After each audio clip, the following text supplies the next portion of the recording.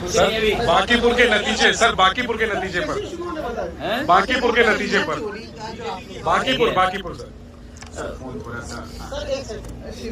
बांकीपुर के हार के बाद भारतीय जनता पार्टी के कार्यकर्ताओं को कुछ बाकी बचा ही नहीं और 12 साल का ही रिटर्न गिफ्ट मिला है बीजेपी को।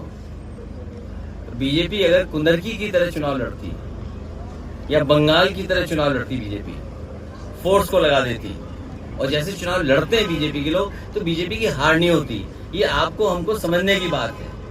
उन्होंने बिना पुलिस प्रशासन को लगा के, बिना बेईमानी किए, बिना ईवीएम पे कुछ घोटाला किए देखना चाहते थे कि कितनी नाराजगी है उन्हें।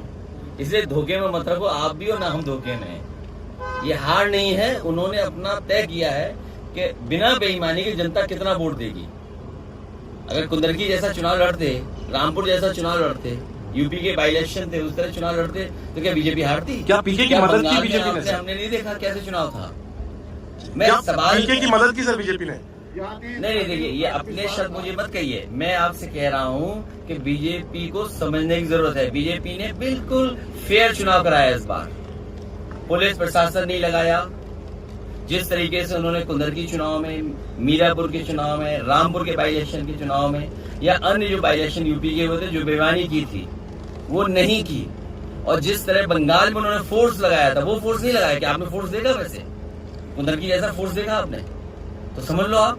तो वो चेक कर रहे थे कि कितनी जनता में नाराजगी है। जब आम चुनाव आएगा तो वो अपना फोर्स लगा देंगे। अब तो दतिया की तो बतिया ही मत करो, बात ही मत करो आप। हमें खुशी है कि दतिया की जनता ने और समाजवादी कार्यकर्ताओं ने जिम्मेदारी से, आपने जीतू पटवारी से, सर आपने जीतू पटवारी से बात की थी दतिया को लेकर, दतिया में आपने मदद की? मैंने कांग्रेस पार्टी के प्रदेश अध्यक्ष और उनसे बातचीत हुई और हमारी पार्टी का जो भी संगठन है मध्य प्रदेश का और झांसी का, क्योंकि रिश्तेदारियां हैं आपस में, विधानसभा में इधर उधर दोनों क्षेत्रों में एक दूसरे की रिश्तेदारियां हैं, तो जो मदद और सहयोग कर सकते थे हम लोगों ने किया।